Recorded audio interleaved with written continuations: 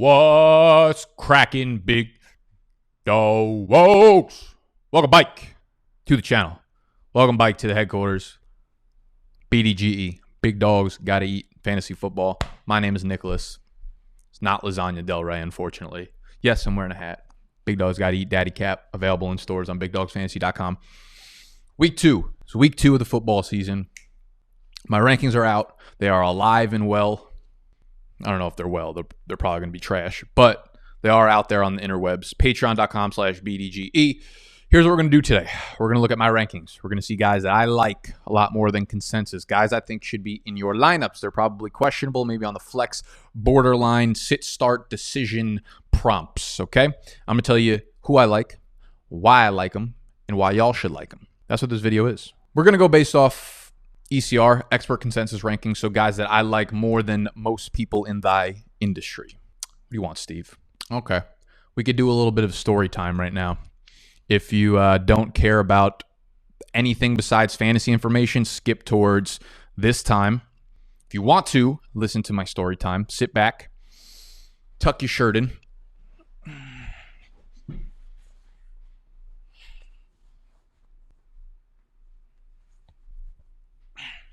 Stop yelling and open your ear holes.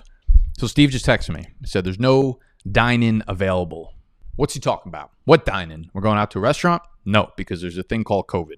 You ever had one of those like inside jokes? I don't know if that's the right phrase for it, with your friends where like you know they love something, so you like pretend to hate it and you just like buy into this narrative, and before you know it, like you're anti whatever that is.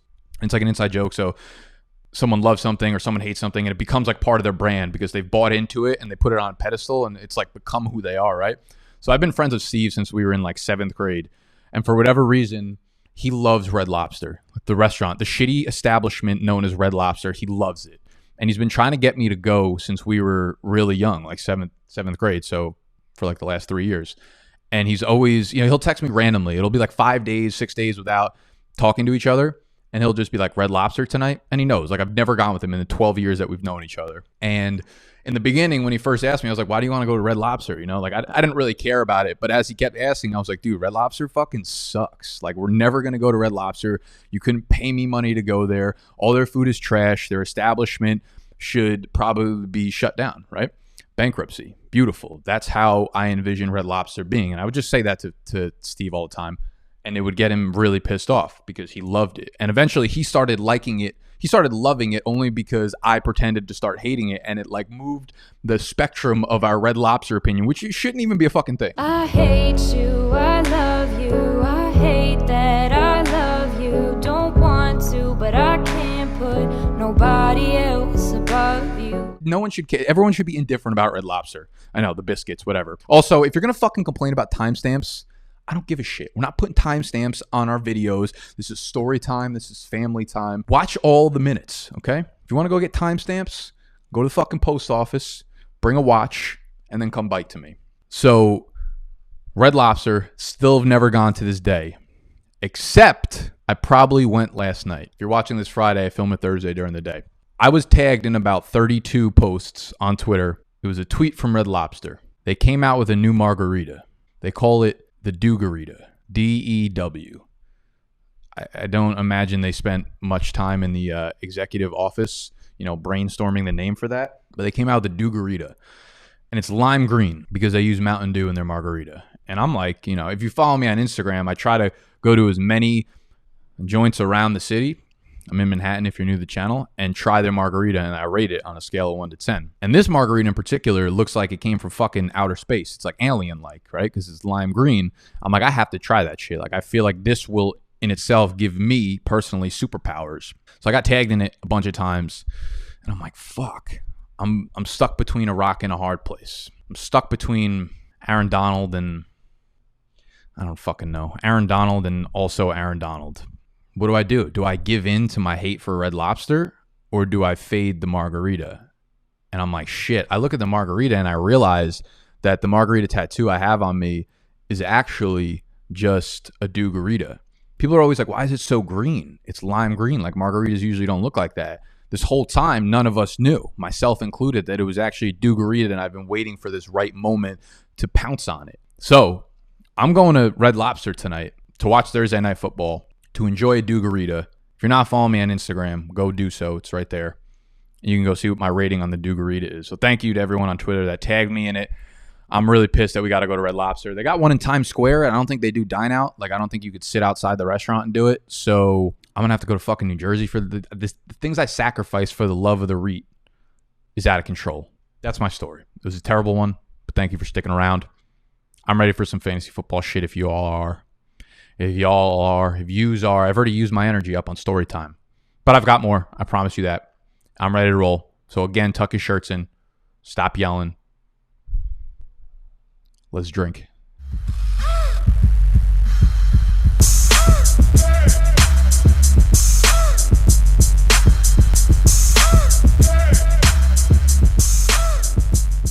All right, some news and notes. And I realized I wrote this section like thinking that this would be out on Thursday, but it doesn't come out on Thursday, so I don't know why. Geno Atkins is not playing for the Cincinnati Bengals, which opens up. It doesn't fucking matter. Y'all already watched the game.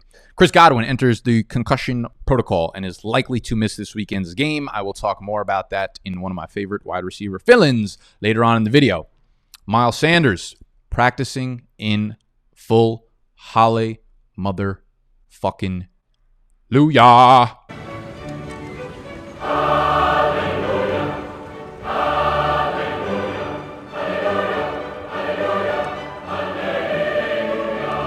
Now, I'll go on record here. I'm excited to have Sanders back on the field, but I'm not expecting a huge game from him. I'll be honest. I think we probably settle around 10 half PPR fantasy points, 11. I don't think they're going to give him a full slate of snaps coming off the injury, his first game bike.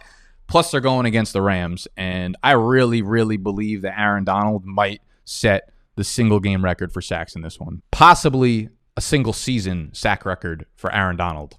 So I don't imagine they have much success running the ball up the middle in this one, but I'm just fucking excited to have Miles Sanders back. We'll get all into all of this and more as we progress through the video. The first running back I want to talk about is Mr. Jonathan Taylor, Indianapolis Colts. They're going against the Minnesota Vikings.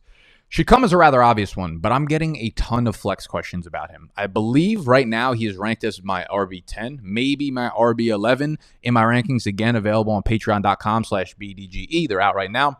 Jonathan Taylor is an RB1 for me for the rest of the season. Marlon Mack is gone for the rest of the season. Minnesota's defense looked miserable. You want to talk about like the Green Bay Cheeseheads? Minnesota did their best Swiss cheese impression with the running backs. With anyone on the Green Bay offense absolutely picked them apart. And we talk about Philip Rivers throwing to his running backs a lot. And it's not just Philip Rivers targets his running backs a lot, but if you go back and watch the game, they have an incredible amount of screenplays designed for their running backs. It's not just like Philip Rivers gets under pressure and then automatically dumps it off. They have a ton. They have entire packages. They have entire one of those books, the book on the bottom right there. That is what I had imagined the screenplay playbook looks like in Indianapolis. It's probably Philip Rivers' like he probably has it under his pillow, and no matter what team he's on, he brings it with him. Get a good night's sleep now. And don't even think about football. I won't, Daddy. Because that's what we saw in LA last year. It's what we saw in Indianapolis in week 1. So I don't think it's necessarily that Philip Rivers just loves targeting his running backs, which he does, but it's more so the fact that they have all these design plays for the running backs. So when we look at Jonathan Taylor's outlook, like not only is he going to be the first and second down guy, and he's going to get the goal line work. Like we like Nyheim Hines, and of course he had a lot of red zone work, had some goal line work last week. That won't be the case going forward. Taylor's going to continue to get goal line work. Taylor's going to continue to be the one that scores the touchdowns from inside the 5-yard line. And now we know he's going to be involved in the passing game, which is beautiful. So he is a very, very easy RB1 that you need to have in your lineups week in, week out going forward. Minnesota's defense, a lot of turnaround over the summer. They lost a lot of guys. They got to put a lot of new faces into it. And I think it made itself pretty clear that that was the case in week 1. So we like Jonathan Taylor a lot this week in particular.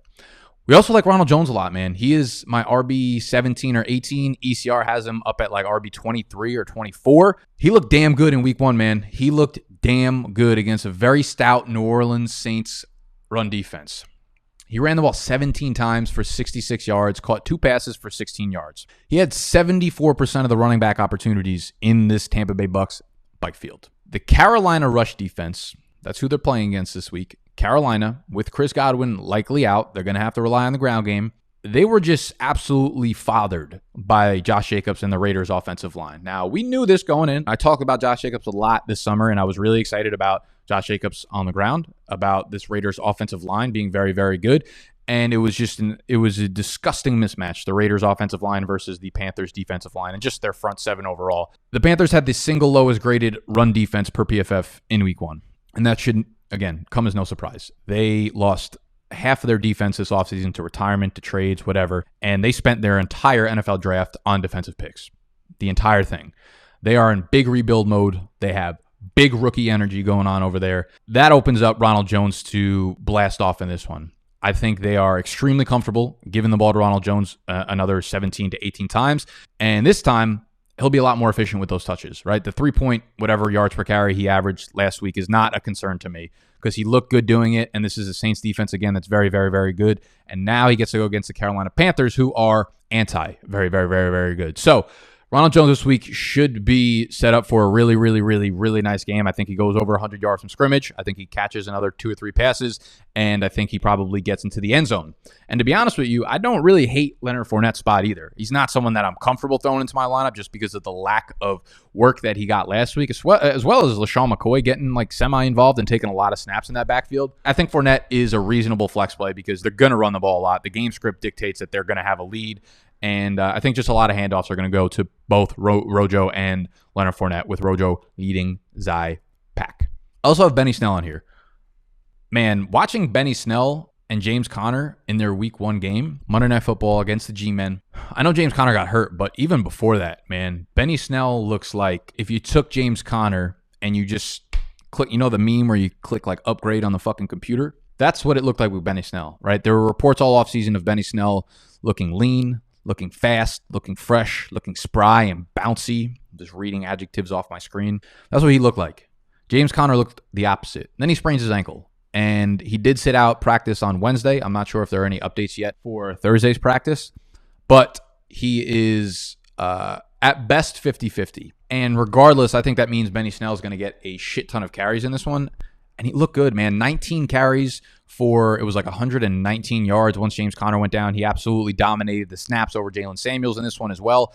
So Benny Snell is someone that I'm excited to have in my lineup as a flex play because he's going to get the goal line work when he's in there. He's only got up to go when it comes to the passing work, right? If Benny Snell is taking the snaps that James Conner had, they don't all need to be designed throws to the running back. Like, yes, Jalen Samuels might play a little bit more of a role in the passing game, but a lot of the targets that James Conner got, he got 4 targets before he left the game. Those are just early down plays. Those are not necessarily designed targets to James Conner. So Benny Snell will likely fit into that role. And I don't think James Conner is anything special in the passing game that Benny Snell can't account for. So Benny Snell, I really, really, really, really, really, really like against this Denver defense, which is stout, but I think they had the advantage against Henry. One, they had to go against Derrick Henry's 31 carries, so they're probably a little bit beat up the middle. But 2, they were in Denver, man. That we talked about it last week. Why I didn't like AJ Brown, why I wasn't starting him last week, because first game in Denver, the opponents are not ready for that altitude. The opponents are not ready to be in shape. They're not in football form, especially with this offseason coming into it. Now they've got to travel to Pittsburgh, relatively cross-country, and they are in Pittsburgh, dirty towels. That's not the right fucking terminology for it, but who gives a shit? What the hell are the towels? What do they call the towels? I don't know. You'd think I'd do a podcast about football for a living, huh? I like Benny Snell. I like Benny Snell this week a lot. I also like Keenan Allen a lot this week, man, versus Kansas City. I have him as a top 10 wide receiver. I might move him down to like 11 or 12, but still a wide receiver 1. ECR has him all the way down at wide receiver 22. I tweeted this out yesterday. Make sure, again, that you're following me on Twitter if you're not already, at Nick_BDGE. Keenan Allen's last 3 games versus Kansas City. 12 targets, 8 receptions, 78 yards, and a touchdown. 10 targets, 9 receptions, 82 yards, and a touchdown. 11 targets, 8 receptions, 108 yards, and a touchdown. Of course, things are very, very, very, very, very different in LA right now with Tyrod there under center. The offense doesn't look good. They look like straight shit, but it's a pure volume play. I mean, you look back at last week and the game script was terrible for their passing game. They won the fucking game. They won the game, which is not even close to going to happen in this one. Tyrod Taylor threw the ball 30 times. Just 30 times. Keenan Allen saw 8 targets. So the volume was there. And the volume that's going to be there in week 2 against Kansas City is going to be like 1.5x what they had last week, okay? You look back at Phillip Rivers' splits. Over the last 2 years, since Mahomes has been the quarterback in KC, the 4 games in which Phillip Rivers has been quarterback for the Chargers when they face KC, 47 pass attempts compared to 32.5 against the other 31 NFL teams. He doesn't need to be more efficient. He doesn't need to be better. The volume is going to be there for Tyrod and this entire passing offense, okay? So obviously week 1 was not the game you wanted to see if you invested anything into this passing offense, from Tyrod down to Keenan Allen down to Austin Eckler, right? The 3 most invested guys probably into this offense, and the passing offense at least. Not what you wanted to see, but this is the bounce back. I think we got a really good game out of Keenan here tonight, and then you could probably sell his ass. Allen Lazard versus the Detroit Lions. The matchup don't get much juicier than this one. I have him up at wide receiver 32. ECR has him at wide receiver 49. So I have 17 spots on the experts, on the so-called supposed experts out there. Now, another tweet from myself. I am ayahuasca high. For you children out there, ayahuasca is a drug that gets you very, very, very high. This week, there is a good chance that Detroit is without their top 3 cornerbacks in week 2. Now, I tweeted this out a few days ago before we had news about Jeffrey Okudah. Now, Jeffrey Okudah was their first-round pick, number 3 overall, I believe. He missed week 1, so he will be making his debut in week 2, I believe. He's been at practice in full, but Justin Coleman, their slot cornerback, their top slot cornerback, is on the IR. Desmond Trufant has been missing practice. He has a hamstring injury, so they will be without Justin Coleman. They will be without Desmond Trufant, and Jeffrey Okudah will likely be stuck on Devontae Adams. So we look at Allen Lazard. I talked about this a few times this week. Everyone's excited about Marquez Valdes-Scantling, but Allen Lazard was the wide receiver 2 in Green Bay. He played on 90% of their snaps. Devontae Adams was in on 92. So when they're in 2 wide receiver sets, it's Lazard and it's Devontae Adams. When it's 3 wide receiver sets, this is the good news. Lazard gets pushed into the slot. He ran 45% of his routes from the slot last week. And I think we can all agree that Aaron Rodgers is bike. They are at home. I love playing guys, streaming quarterbacks, streaming defenses, anything. At home, I don't care if the crowd is there or not there. It's the other psychological effects that you getting to sleep in your own bed, not having to travel for a day. All of these things add up. Being with your family, being able to take off from your house, 30 minutes before you get to the stadium. It all matters. I love them playing at home. Detroit just allowed 3 passing touchdowns to Mitch Trubisky. One of them went to Anthony Miller. Anthony Miller went 4 for 76 and a touchdown against this Detroit defense.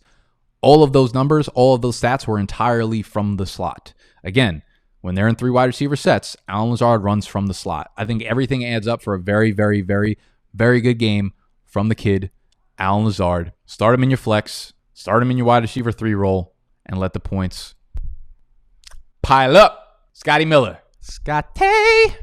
Scotty does know, all right? Enough of this Scotty doesn't know bullshit. Scotty Miller against the Carolina Panthers. Now, this will boil down to whether or not Chris Godwin plays. We have Mike Evans nursing a hamstring injury. That's why he basically played as a decoy for most of the game. And they came out and said, we were conscious of not having Mike Evans run routes down the field. And that's a big part of Mike Evans' game, right? Like locking up those 30-yard catches, getting those deep bombs where he could sky over the cornerbacks. We didn't get those from Mike Evans. He's hampered. Chris Godwin, brutal concussion. None of the reports that have came out have been positive. I would be shocked if he came out and played on Sunday. I think we're going to be without Chris Godwin, which is very, very, very, very good news for Scotty Miller. All right. Brady talked up Scotty Miller all offseason. That came to fruition in week 1. When we look at his statistics, second on the team last week, behind only Godwin in targets. He had 6 receptions. He had 5 receiving yards, 73. He had the longest play of the day, 37 yards. If you look at Scotty Miller's profile, man, the kid is a baller. He's small, and you think of him as like the Julian Edelman type for Tom Brady, which is great, but he's way more explosive than Julian Edelman is. A 4.44 40-yard dash. Agility scored in the 76th percentile. Absolute baller in college. And he played a lot last week, man. He ran just 7 fewer routes than Chris Godwin and Mike Evans. And what was most surprising to me, and I think this is a positive thing, is the actual slot or the snap alignments between the 3 wide receivers. Godwin was in the slot for 67% of his snaps. Evans was out wide for 68% of his snaps. Scotty Miller was out wide for 86% of his snaps. So he was outside almost the entire game. You need to be more skilled as a wide receiver in the NFL to be able to play outside. In the slot, it's more about finding zones. It's not about creating your own mismatches. It's not about creating space and being really quick with your routes, et cetera, et cetera. If you have success on the outside, it tells me that you're probably a really good separator or a route runner. And Scotty being outside for most of those and producing at a high level, like, is all I need to know. Now, with Chris Godwin out, who I just said, was in the slot for 67% of his routes, what happens now? Does Scotty Miller get the easier matchups in the slot? Not that they need easier matchups, because, again, they're going against the Carolina Panthers, who have probably the worst defense in the NFL. I think this is an upgrade for both O.J. Howard and Scotty Miller. So if Godwin is out, which I expect him to be, Evans is probably limited. He might not be limited in this one. I would say he's probably going to be close to like 90, 95%. But I think Scotty Miller, he has to be like a top 30 or so wide receiver this week, assuming Chris Godwin is out. And I think, again, that makes O.J. Howard a lot more of an optimistic play, because Gronk literally looks like he's dead on the field.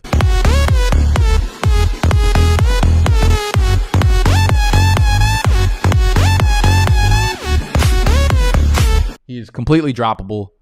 Wasn't really draftable, but week one absolutely confirmed that. So O.J. Howard, Scotty Miller. Now, I realize I didn't do a lot of sits this week. I'm more so just like talking about the guys that jump off the screen to me as guys that you need to have in your lineup. One sit I do have this week, and this will be an unpopular one. Same thing with my A.J. Brown pick of last week. But DK Metcalf, man, last year was shadowed 3 times. Now, the Patriots defense typically shadows opposing teams. They use man coverage. They have Gilmore line up somewhere, Jonathan Jones, whatever. They have a lot of defensive backs that are very good, and they use a lot of man coverage. And I expect that to be the case with Lockett and DK Metcalf. Metcalf was shadowed 3 times last year. It was in weeks 14, 15, and 16. Patrick Peterson was one of the shadows. During that game, against Pat Peterson, the shadow, DK Metcalf was targeted once, caught 0 balls. He was shadowed against James Bradbury. He saw 3 targets, had 1 catch for 17 yards. He was shadowed by Jalen Ramsey. He went 5 for 69. So not a bad game, but as you could see, Jalen Ramsey is absolutely beatable. Amari Cooper kind of trashed his ass last week. But overall, it's more bad news than it is good news. And I think that we'll probably see Stephon Gilmore on DK Metcalf. That's what I think. And there ain't no fucking way DK Metcalf is outbodying Stephon Gilmore, the former Defensive Player of the Year. If you look at Metcalf, he's still not a very nuanced wide receiver. For as fun as he is, explosive, and like, if I'm a Seahawks fan, I'm fucking ecstatic to have him on my team. I like him on my fantasy team as well, but when you look at the routes last game, again, it's very, very simple shit, and they're not asking him to do a lot. And that kind of matchup for a guy like Stephon Gilmore is not difficult at all to take away from. And you compare that to a route tree like Tyler Lockett's last week, like this is what you would say a nuanced wide receiver is. So overall, like, the Patriots are just not a team that lets up big plays down the field. And that's what DK Metcalf is. He runs a lot of seams, a lot of routes, and just a lot of post kind of routes. And the Patriots defense is designed like to take away those types of big plays. And that's where Metcalf does his damage. And I feel like this is going to be a game where, Metcalf will probably go like 4 for 55, 4 for 60, something like that. If he gets lucky and gets in the end zone, then this call is going to look really bad. But I'm not expecting a lot of big plays from Metcalf. I don't expect them to have a lot of blown coverages down the field or whatever. So you got to love that they're finally letting Russ earn his fucking paycheck. But I don't for a second trust that they're going to continue to do that, man. They have been a run-first team for the last 5, 6, 8 years under Pete Carroll. I don't think they're going to continue to let Russ just throw the ball. And he didn't even throw the ball that many times. I know everyone's going nuts about how Russ, they finally unlocked him last week. He threw the ball 35 times. It's not like an outrageous amount. He threw the ball like 33 times a game last year. And they're playing against the Falcons. So I'm a little bit worried about DK Metcalf in this one. That's where I'll leave that, okay? Quarterback. I have one quarterback on this list. Of course, there are others that are probably good starts. But Ryan Tannehill is a guy that's ranked as quarterback 20 right now in ECR. I have him down borderline quarterback 1, so QB 12, 13. I know the Titans want to use Derrick Henry more than like Animal uses his bowl, and that's fine. Okay, they could run him into the ground. They did last week, and Ryan Tannehill still ended up with like 19.5, 20 fantasy points. Perfectly fine showing for a streaming quarterback. They also did that last year. They played Jacksonville, and Derrick Henry went nuts. He went for like 150 total yards, 2 touchdowns. In that same game, Ryan Tannehill had 32 fantasy points, okay? It's not either or. And it won't be either or because it'll be both of them against Jacksonville, this shitty defense. Now, I know they showed up in week 1. That's not going to be the norm. We know that this is a bad defense. They got rid of all their skill players, most of their star players. They don't have much on that side of the ball. And I think the Tennessee Titans offense will expose that. And surprisingly, last week, Tennessee actually ranked 6th in pace of play while feeding Henry the ball 31 times. It didn't seem like they were looking to hurry the game up at all, but they actually were. And again, I love streaming quarterbacks at home. You know, it's not just a Big Ben or a Drew Brees thing. Like almost every quarterback plays way better fantasy-wise when they are at home. And Tanny was good on the road last week, 19.5 fantasy points in Denver. Tough environment, tough place to play, especially coming off this summer.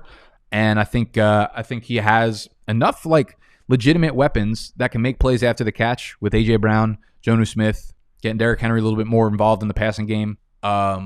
You see me hesitating to say Corey Davis there. You could do what you want with the name Corey Davis. I'm not about to make it a point that Corey Davis had a good game. But I think this passing offense is going to be a little bit more versatile and a little bit more high-powered than we imagined. So I like Ryan Tannehill as a borderline quarterback 1 this week a lot. Tight ends. I like a lot of tight ends this week, man. I talked about, who did I talk about in the beginning? O.J. Howard is a sneaky play. He's not someone he's more of a desperate play, but I think you could do a lot worse than O.J. Howard. Guys I love, like Jared Cook, man. Jared Cook, I yelled about him all offseason. My favorite late-round tight end pick. With Michael Thomas out, Jared Cook is going to go fucking nuclear. Not only against Las Vegas, but for the remainder of the month. He's going to be a top 5 tight end for the next month as long as Michael Thomas is out. Of course, it's going to benefit Emmanuel Sanders a little bit. He's going to get a lot more targets now that Thomas is out, but I think Cook and Kamara are going to be the main beneficiaries, to be honest. Cook had a 23.3% target share last week. More impressively, he had the single highest air yard share amongst all tight ends in the NFL in week 1. He had 43.6% of the team's air yards. Jared Cook is a downfield playmaker. He gets targeted in the red zone. 5 for 80 last week. Didn't get in the end zone, but 5 for 80. Dating back now, 11 regular season games. 11 regular season games for Jared Cook. He has scored double-digit half PPR fantasy points in 10 out of 11. That streak will continue on Sunday against the weak Raiders passing defense. They don't have other weapons there that go beyond the line of scrimmage, that go beyond 5 or 10 yards. It's Jared Cook's territory, and he is going to continue to eat. If you had George Kittle, if you have any of these banged up, hyped up, early pick tight ends, Jared Cook is that dude for you, okay? Logan Thomas is another dude who's super, super interesting. We heard the hype all summer, and then week 1 clarified that the hype was warranted. Played on 77.6% of snaps. A 26.7% target share. He led the team in targets over Terry McLaurin. That 26.7% target share, second amongst all tight ends in week 1. 4th amongst tight end in air yards. And again, more importantly, second amongst all tight ends in air yard market share on his own team. Only behind Jared Cook. I don't need to yell at y'all explaining to you about how Arizona stinks against tight ends. Arizona ran 82 plays on Sunday. 82. With the 5th fastest pace in the NFL. That's not going to change. You get a dub, you don't change the game plan. They're going to continue to do that, especially against this ferocious offensive line or ferocious defensive line from the Redskins, from the football team. Apologies. They're not going to try to run the ball up the middle. They're going to go quick, fast pace, get them tired, quick hitting, screens, slants, yada, yada, yada, yada, yada, yada, yada. Yo, Logan Thomas. 3 comes into play. Arizona's going to run a lot of plays, meaning Washington's going to have to run a lot of plays. I like Logan Thomas as a borderline tight end 1. I'm starting him over a lot of guys. I have Logan Thomas as my tight end 12. I have him above Austin Hooper. I can't wait till you guys watch this, and Austin Hooper went like 5 for 70 and 2 touchdowns last night. I have him above Hayden Hurst. I have him above Noah Fant. I have him above Evan Ingram, Mike Gesicki, Jack Doyle, Chris Herndon. I am moving Chris Herndon up a little bit. Where are you, Chris Herndon, now that Jamison Crowder is out for, he was out of practice with a hamstring injury, and he is 50-50 to suit up for Sunday. If that's the case, Chris Herndon, he's going to get a shitload of targets. I'll move him up right above Hayden Hurst. Now, I know everyone's like, oh, juicy matchup for Hayden Hurst. Hayden Hurst.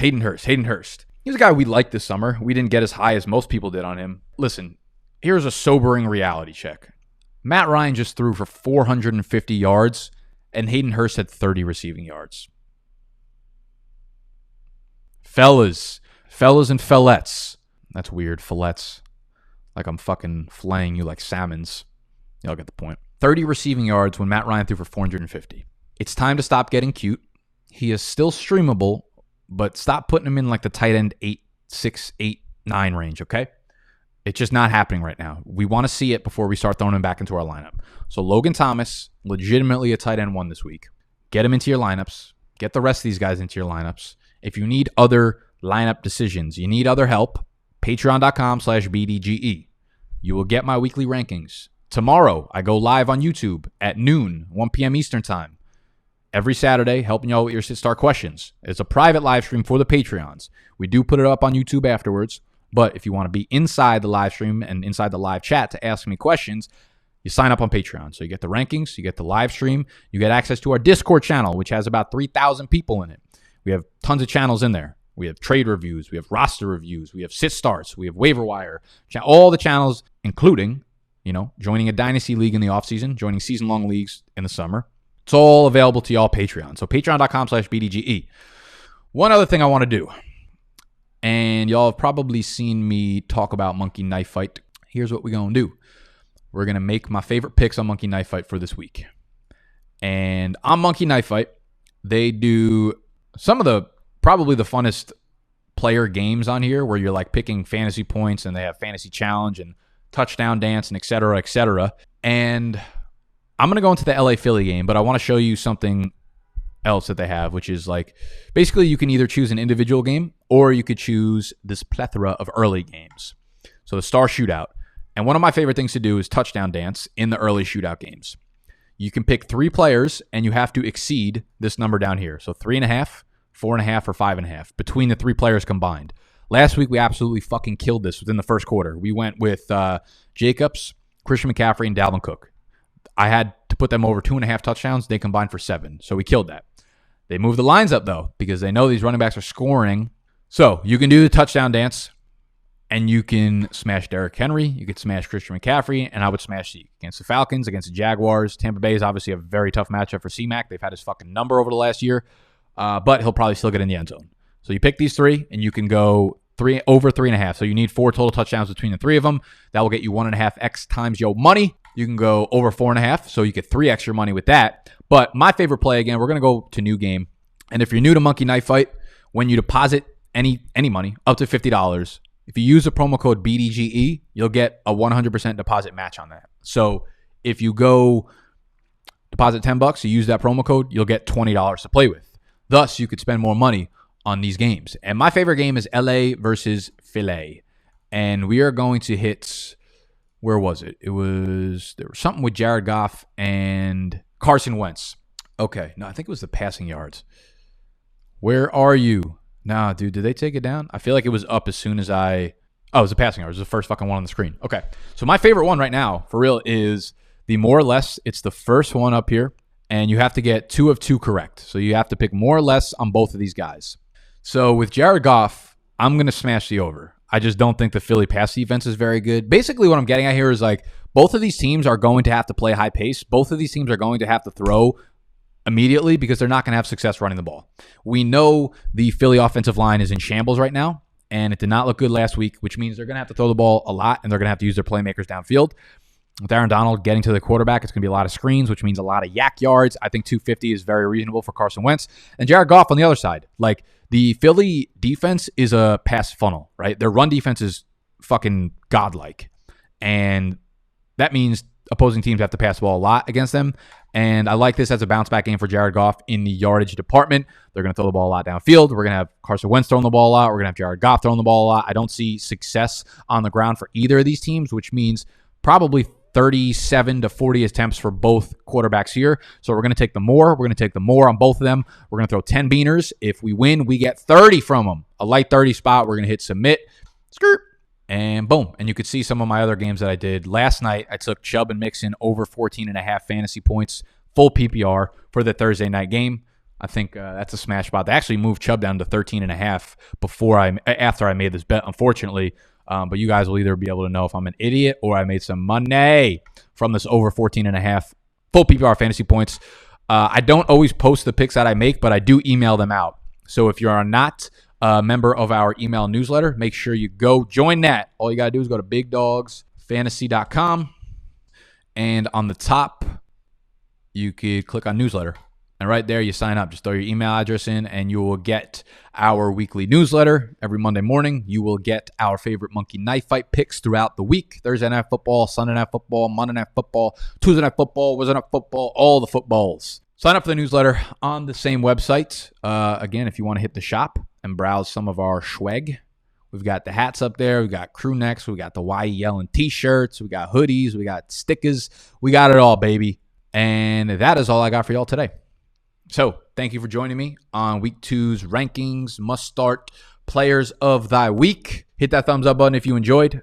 Subscribe to the channel if you're new. Robert, thank you for editing this video. Patreon.com/BDGE. I'll see y'all in the funny papers.